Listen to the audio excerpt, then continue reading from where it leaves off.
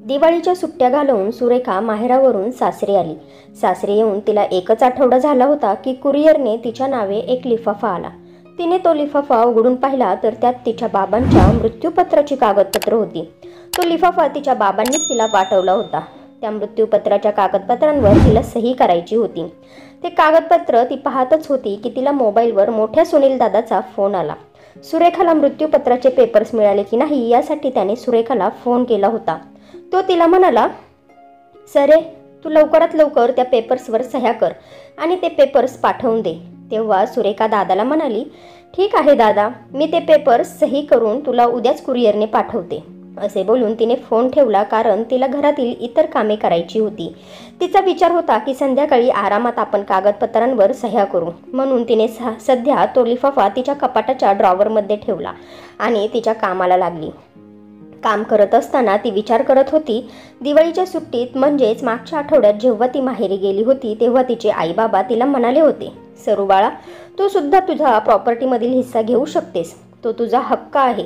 पण तेव्हा सुरेखा तिच्या आईवडिलांना म्हणाली होती की आई बाबा मला काहीच नको, मी खूप खुश आहे. असे बोलून सुरेखाने साफ साफ नकार दिला होता, कारण तिला तिच्या बाबांच्या संपत्तीमधून काहीही नको होते.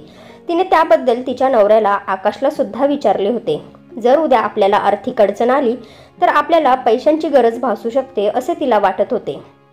पण तेव्हा आकाशसुद्धा तिला म्हणाला होता, देवाच्या कृपेने आपल्याकडे सर्व काही आहे. पण आकाश हे सुद्धा म्हणाला की बघ सुरेखा, तसेही हा तर तुझा वैयक्तिक प्रश्न आहे, त्यामुळे मी यामध्ये काहीही बोलू शकत नाही. तुझा जो काही निर्णय असेल त्याला माझी साथ असेल. हे ऐकून सुरेखाला आनंद झाला होता. ती म्हणाली, खरंच माझा नवरा किती समजूतदार आहे ना. मला तक्रार करायची एकही संधी तो देत नाही, नेहमी माझ्या पाठीशीच उभा असतो. आकाश कामानिमित्त शहराबाहेर गेला होता. सुरेखाने तिची घरातील सर्व कामे आटोपली आणि रात्री जेवण झाल्यानंतर ती तिच्या रूममध्ये आली. तिला त्या पेपरची आठवण झाली म्हणून तिने त्या ड्रॉवरमधून पेपर्स काढले. त्यात हक्क सोडपत्रही होते. सुरेखा याच्यावर सही करणारच होती की अचानक ती आपल्या बालपणात हरवून गेली. ती विचार करत होती की खरंच वेळेनुसार सर्व काही कसे बदल जाते ना. लहान असताना आई किंवा बाबांनी कोणत्याही वस्तू आणल्या तर 3 भावंडांमध्ये त्याची वाटणी करताना आम्ही तिघे किती भांडत होतो, आणि शेवटी भांडण करून सुरेखा त्या 2 भावांपेक्षा जास्त हिस्सा घ्यायची. तेव्हा तिचे दोन्ही भाऊ आईबाबांना म्हणायचे, तुम्ही कायमच सरीवरच जास्त प्रेम करता, खाऊ असो किंवा मग आणखी कोणती वस्तू तर तिलाच जास्त देता. तेव्हा सुरेखा तिच्या भावांना चिडवायची, पण थोड्याच वेळात ती आपली वस्तू दोन्ही भावंडांमध्ये वाटायची. तेव्हा आईबाबा म्हणायचे, पाहिलेत का तुम्ही, यासाठी आम्ही सुरेखाला जास्त देतो, कारण आम्हाला माहिती आहे की ती नंतर तुम्हालाच देणार आहे. खरेच ते बालपणाचे प्रेम किती निर्मळ होते ना. ना त्यात स्वार्थ होता, ना कोणतेही मतभेद. क्षणात भांडणं आणि क्षणात आम्ही तिघे एकत्र सुद्धा यायचो. खरंच लहानपण खूप भारी होते. ते कधीच निघून जायला नको होते. ना कोणतीही वाटणी, ना कोणता पैसा. कधी कधी विचार येतो की किती प्रेम असते सर्वांचे या पैशांवर. पण हा जो पैसा आहे ना, तो आपल्या माणसांना एकमेकांपासून वेगळे करतो. त्यांच्यातील मतभेद वाढवतो, मनात संशयाचे बीज निर्माण करतो, भावंडांच्यात भांडणे करवतो. माझे दोन्ही भाऊ लहानपणापासूनच माझ्यावर किती प्रेम करतात. मला ते लाडाने सरी किंवा सरे म्हणतात. माझ्या दोन्ही वहिन्या सुद्धा खूप चांगल्या आहेत. पण 8 दिवसांपूर्वीच सुरेखाने आईबाबांना सांगितले होते की मला तुमच्या संपत्तीतील वाटा काहीच नको. आणि आता तिचा विचार बदलला होता. जर आता तिने तिची वाटणी मागितली तर हे प्रेम असेच राहील का? असे करून ती काहीच चुकीचे तर करत नाही ना. यासारखे अनेक विचार तिच्या डोक्यात यायला लागले होते. शेवटी आपले भविष्य सुरक्षित असावे यासाठी तिने खूप विचार करून ठरवले की तिला आता बाबांच्या संपत्तीतील वाटा हवाच आहे. काही वेळाने तिने बाबांना फोन लावला. तिच्या बाबांनी सदाशिवरावांनी तिचा फोन उचलला. एवढ्या रात्रीचा मुलीचा फोन आला म्हणून ते थोडे घाबरलेच. ते म्हणाले, सरू बाळा, एवढ्या रात्री तू फोन का केलास? तिकडे सर्व काही ठीक तर आहे ना? सुरेखा बाबांना म्हणाली, हो बाबा, इकडे सर्व काही ठीक आहे. मला तुमच्याशी काहीतरी बोलायचं आहे. बाबा म्हणाले, बोल ना मग बाळा. सदाशिवरावांच्या आवाजामध्ये चिंता स्पष्टपणे जाणवत होती. तोपर्यंत त्यांच्या पत्नी लताबाई उठून सदाशिवरावांच्या जवळ आल्या आणि त्यांनी फोन स्पीकरवर ठेवण्यास सांगितले. सदाशिवरावांनी फोन स्पीकरवर ठेवला. ते म्हणाले, बोल ना बाळा, तुला काय बोलायचे होते? सुरेखा म्हणाली, बाबा आज मला तुमच्या मृत्यूपत्राचे पेपर्स मिळाले. बाबा म्हणाले, हो बाळा, तुझ्या सुनील दादाने मला सांगितले, तू त्यावर सही करून पाठवून दे, म्हणजे माझी सुद्धा या सर्व जबाबदारीतून सुटका होईल. सुरेखा म्हणाली, त्या दिवशी तुम्ही आणि आईने मला या वाटणीबद्दल विचारले होते, पण मी तुम्हाला त्यावेळेस सांगितले होते की मला काहीही नको. पण मी खूप विचार केला आहे आणि आता माझा निर्णय बदलला आहे. त्यामुळे मला सुद्धा माझा वाटणीतील हिस्सा हवा आहे बाबा. सुरेखाचे बोलणे ऐकून लताबाई आणि सदाशिवराव क्षणभर शांत बसले. त्यांना विश्वास बसत नव्हता की सुरेखा असं काही बोलेल. ते म्हणाले, पण बाळा, मी तुला आधी विचारले होते ना, तेव्हा तू नकार का दिलास? मग अचानक आज काय झाले? आता तर सर्व काही फायनल झाले आहे. मी तुझ्या दादा बहिणींना सांगितले की सुरेखाला तिचा हिस्सा नको, त्यामुळे त्यांनी वकिलाकडून पेपर्स तयार करून घेतले सुद्धा, आणि तेच तर तुला पाठवले होते ना. त्या हक्क सोड पेपर्सनुसार तुला वडिलांच्या प्रॉपर्टीमधील काहीही नको यासाठी तुला सह्या करायच्या आहेत बाळा. हे बघ, आता मी माझी सर्व प्रॉपर्टी तुझ्या दोन्ही भावात समान वाटली आहे. आता जर तू पुन्हा वाटणी मागतील तर मग. बाबा बोलतच होते की तेवढ्यात सुरेखा म्हणाली, बाबा ठेवते मी फोन. मी उद्या दुपारपर्यंत कागदपत्र घेऊन स्वतः तिकडे येणार आहे. आता मला माझा हिस्सा हवाच आहे. तुम्ही दादाला सांगून ठेवा. असे बोलून सुरेखाने फोन ठेवून दिला. पण इकडे लताबाई आणि सदाशिवरावांना समजत नव्हते की आता ते त्यांच्या मुलांना आणि सुनांना काय बोलणार आहेत. जर पहिलेच सुरेखा मला हिस्सा हवा आहे असे म्हणाली असती तर ते ठीक होते, पण या वाटणीवरून या बहीण भावांमध्ये काही वाद होऊ नये असा विचार दोघेही रात्रभर करत राहिले. त्यांना समजतच नव्हते की घरामध्ये सर्वांना ते कसे सांगणार की माझी मुलगी आधी मला हिस्सा नको म्हणाली होती आणि आता अचानकच ती तिचा हिस्सा मागायला लागली आहे. तिकडे सुरेखा ही झोपली नव्हती. ती अजूनही द्विधा मनस्थितीत होती की तिने घेतलेला निर्णय बरोबर आहे की चूक. पण खरे तर तिने तिचा हिस्सा मागून योग्य निर्णय तर घेतला होता. पण तिचे दोन्ही भाऊ सुनील दादा आणि अनिल दादा तिला तिचा हिस्सा द्यायला तयार होतील की नाही, किंवा तिच्याशीच भांडतील असा विचार सतत तिच्या मनात येत होता. तिला माहिती होते की आई बाबा सुद्धा रात्रभर झोपणार नाहीत. दुसऱ्या दिवशी जेव्हा भाऊ आणि भाऊजय यांना सुद्धा हे ठाऊक झाले तेव्हा त्यांच्यापैकी कोणी काहीच बोलले नाही. पण घरामध्ये एक तणावपूर्ण वातावरण निर्माण झाले होते. कोणी कोणाला काहीच बोलत नव्हते, पण त्यांच्या वागण्यातून आईबाबांना सर्व काही समजले होते. सुनील आणि अनिल काहीही न बोलता कामावर निघून गेले. आज ते नेहमीपेक्षा लवकर निघून गेले होते. सुनाही काही बोलत नव्हत्या, पण त्यांच्या मनात द्वंद्व त्यांच्या चेहऱ्यावर दिसत होती. सदाशिवराव आणि लताबाई शांत बसले होते. आज देवपूजा करताना लताबाईंचे मन लागतच नव्हते. नाश्त्यामध्ये सुद्धा त्यांनी फक्त चहा आणि 2 बिस्किटे खूप मुश्किलने खाल्ली होती. लताबाई आपल्या पतीला बीपीची गोळी देत म्हणाल्या, का विचार करत आहात एवढा? सर्व काही ठीक होईल, काळजी करू नका. खरं तर त्या असं बोलून स्वतःला समजवत होत्या. लताबाई म्हणाल्या, सुरेखा तिच्या दोन्ही मुलांना तिच्या सासूकडे ठेवून निघाली आहे. मी आत्ताच तिला फोन केला होता. अहो ऐका ना, मी काय म्हणते, मला असे वाटत आहे की आपली सरू तिचा हिस्सा दोन्ही भावांमध्ये वाटून टाकेल. मला ठाऊक आहे, कारण ती लहानपणापासूनच अशीच आहे. पण आपले सदाशिवराव मात्र काहीही बोलले नाहीत. ते शांतच होते, अगदी शून्यातच हरवून गेले होते. त्यांच्या मनातील भीती त्यांच्या चेहऱ्यावर स्पष्ट दिसत होती. त्यांना असे वाटत होते की इतकी वर्ष एकमेकांबरोबर प्रेमाने राहिलेली भावंडे दूर तर होणार नाहीत ना. सुरेखा काही वेळात माहेरी पोचणार होती. तिने निघण्याआधी तिच्या नवऱ्याला फोन करून सर्व काही सांगितले होते आणि नवऱ्याला हे सुद्धा विचारले की ती आता जे काही करत आहे ते योग्य आहे की नाही, तिला तिचा हिस्सा मिळेल का. तेव्हा आकाश तिला समजावत म्हणाला की हे बघ सरू, मला काही माहिती नाही की तुला तुझा हिस्सा मिळेल की नाही, कारण तू आधी हिस्सा नको म्हणाली होतीस आणि आता पुन्हा तुझी वाटणी मागत आहेस. तू फक्त तुझ्या मनाची तयारी ठेव. तुला तुझा हिस्सा मिळाला तरी ठीक, नाही मिळाला तरी ठीकच आहे. कमीत कमी तुझ्या मनामध्ये हे राहणार नाही की मी असाच माझा हिस्सा सोडून दिला, मला एकदा बोलून पाहायला हवे होते असे तुला वाटू नये. आकाशच्या बोलण्याने सुरेखाला खूप हिंमत मिळाली होती. काही वेळातच सुरेखा आईबाबांच्या घरी पोहोचली. बाबांना तिला पाहून आनंद तर झाला होता, पण त्यांच्या चेहऱ्यावरचे भाव त्यांची मनस्थिती सांगत होते. तिच्या बाबांकडे पाहून सुरेखाला क्षणभर स्वतःचाच राग आला होता. तिला असे वाटले की ती किती स्वार्थी झाली आहे. पण आजच्या जमान्यात कोण आपला हिस्सा एवढ्या सहजपणे जाऊन देतो. तेवढ्यात तिच्या दोन्ही वहिन्या बाहेर आल्या आणि आपल्या ननंदेबरोबर औपचारिकच बोलल्या आणि परत स्वतःच्या खोलीमध्ये निघून गेल्या. सुरेखाला त्यांच्या बोलण्यामध्ये परकेपणा वाटला होता. इतर वेळी जेव्हा ती यायची तेव्हा भाऊ वहिनी स्वागताला उभे राहायचे, पण आज ती आली आणि घरातील वातावरणच एकदम शांत झाले होते. ती तशीच तिची बॅग घेऊन हॉलमध्ये उभी होती. तिच्या आईने हातातील बॅग घेतली आणि तिला बसायला सांगितले. आज तिच्या दोन्ही वहिन्यांनी पाणीसुद्धा विचारले नव्हते. सुरेखा सोफ्यावर बसली तेव्हा तिचे बाबा म्हणाले, बाळा, असे अचानक तुझे मन कसे बदलले ग?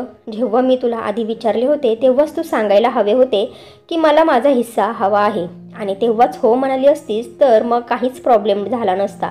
तुला काहीही नको म्हटल्यावरच मी सुनील आणि अनिलला सांगितले, अगं तुझे भाऊ एक वेळ काही बोलणार नाहीत, पण तुझ्या दोन्ही वहिन्या त्यांना काय वाटेल? आणि आता तर सर्व काही ठरले आहे, तर मग तू तुझा निर्णय का बदलतेस? यावर सुरेखा म्हणाली, बाबा त्यात काही एवढे, आणि आपण तर घरातलीच तर माणसे आहोत ना, आणि मी प्रॉपर्टीमधला माझाच तर हिस्सा मागितला आहे. बाबा मलाही 2 मुले आहेत, त्यांच्या भवितव्यासाठी मी विचार केला. पण हो बाबा, त्याचा अर्थ असा नाही की आकाश त्यांच्या मुलांच्या भविष्याचा विचार करत नाहीत. त्या दिवशी तुम्ही मला विचारले तेव्हा मी काहीही विचार न करता बोलले होते. पण मला वाटते की जर सुनील दादा अनिल दादा त्यांचा हिस्सा सोडत नाही तर मी तरी का सोडू? अखेर माझ्या हिस्स्यावर माझा अधिकार आहे ना, आणि तोच हिस्सा मी घ्यायला आले आहे. सुरेखाचे बोलणे ऐकून आईबाबा तर गप्प बसले होते, पण मनातल्या मनात ते खूप दुःखी झाले होते. खरे तर त्यांना असे वाटत होते की या प्रकरणामुळे माझ्या मुलीचे माहेर तुटायला नको.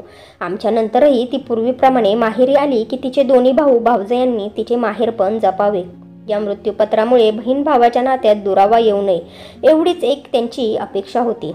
आईबाबांशी बोलून झाल्यावर सुरेखा तिच्या खोलीत गेली तर तिथे सर्व पसारा होता. तिची धाकटी वहिनी म्हणाली, ताई तुम्ही आईबाबांच्या खोलीत राहा, आम्ही दोघींनी या खोलीत नको असलेले सामान ठेवले आहे, म्हणजे थोडक्यात काहीतरी अडगळीची खोली आहे.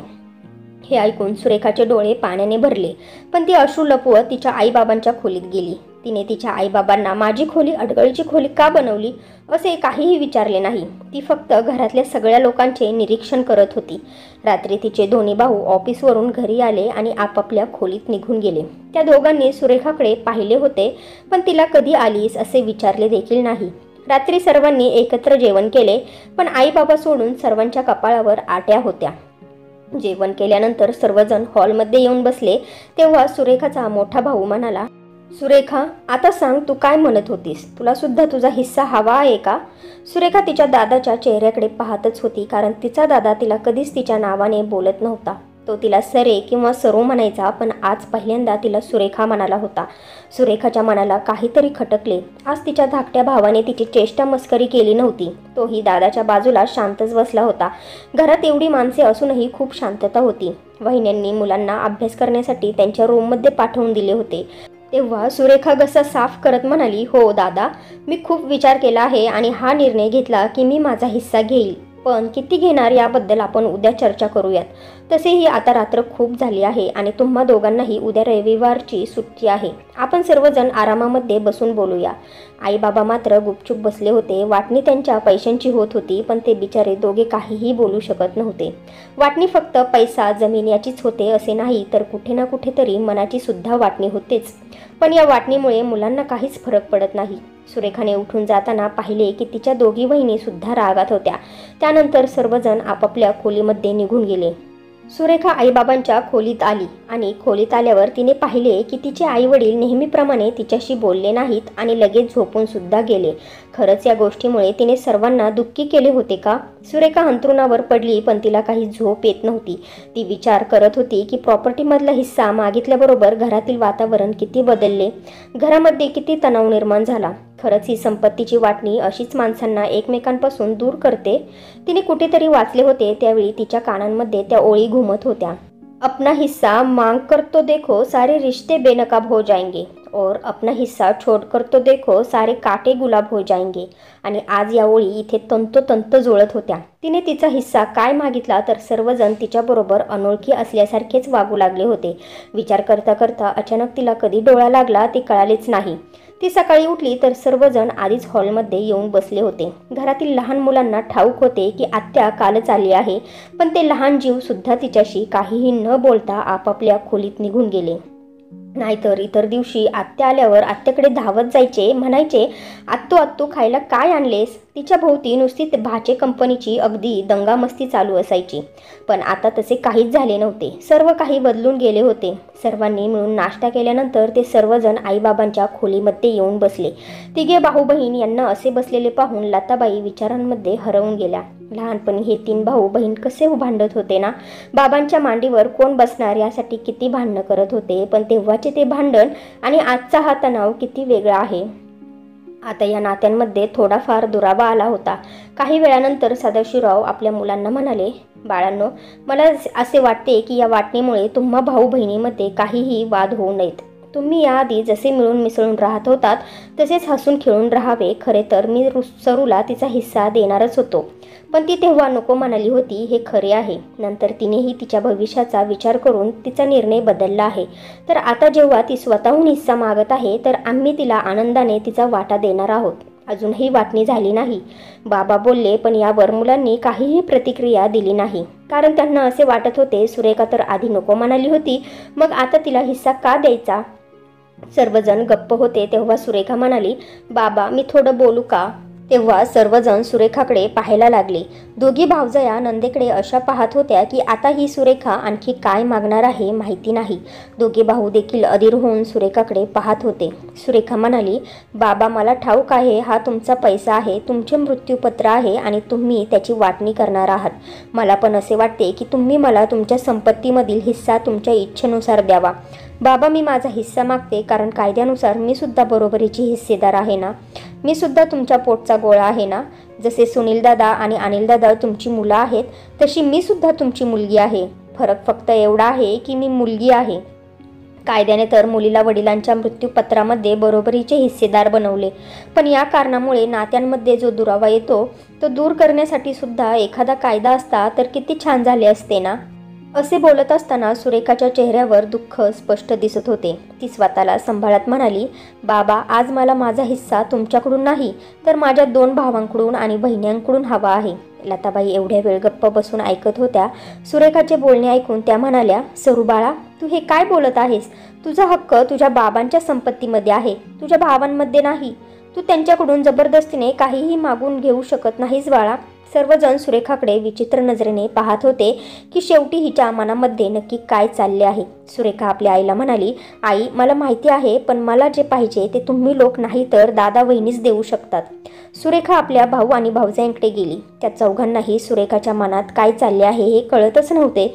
सुरेखा पुढे म्हणाली, आई बाबा दादा वहिनी तुम्ही काही बोलत नाही, पण मनातल्या मनात हा विचार नक्कीच करत असाल की ही किती स्वार्थी आहे ना. आधी वाटणी नको म्हणाली आणि आता वाटणी मागायला आली आहे. पण मी तरी काय करू? मुलगी आहे ना या घरची, आणि आम्ही मुली अशाच असतो, स्वार्थी, लालची, आपल्या माहेराच्या माणसांकडून आयुष्यभरासाठी आपला हक्क मागून घेणारे. हे माहेरच असे असते की त्याचा मोह आम्हा मुलींना आयुष्यभर सुटत नाही हो.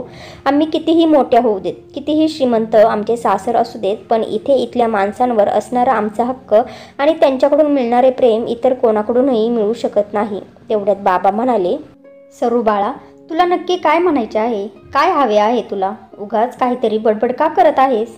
तेव्हा सुरेखाचे डोळे भरून आले आणि ती आपल्या दोन्ही भावांना म्हणाली, दादा यावेळी मी जेव्हा घरी आले होते तेव्हा मला घरातील वातावरण काहीसे बदलल्यासारखे वाटले. जो आपलेपणा मला याआधी तुम्हा सर्वांकडून मिळत होता ना, कोणास ठाऊक तो आपलेपणा कुठेतरी हरवल्यासारखा वाटला. आज पहिल्यांदा मला इथे परकेपणा जाणवला. अरे मी तर इथे सर्व दुःख विसरण्यासाठी, माझे बालपण जगण्यासाठी येत होते, पण काल आल्यापासून एक क्षणसुद्धा असे काहीच जाणवले नाही हो बाबा. मी असे म्हणत नाही की तुम्ही माझ्या खाण्यापिण्याकडे लक्ष दिले नाही, पण मला मात्र कुठेतरी कमतरता जाणवत होती. मला काहीतरी सारखे सारखे खटकत होते. काल इथे आल्यापासून माझा या घरावर काहीच हक्क नाही आहे असेच मला वाटू लागले आहे, आणि तोच हक्क मागण्यासाठी आज मी इथे आले आहे. अजूनही कोणालाच सुरेखाचे बोलणे काहीही कळत नव्हते, पण आता जेव्हा सुरेखाचा कंठ दाटून आला तेव्हा तिला पाहून तिचे आईबाबा खूप व्याकुळ झाले होते.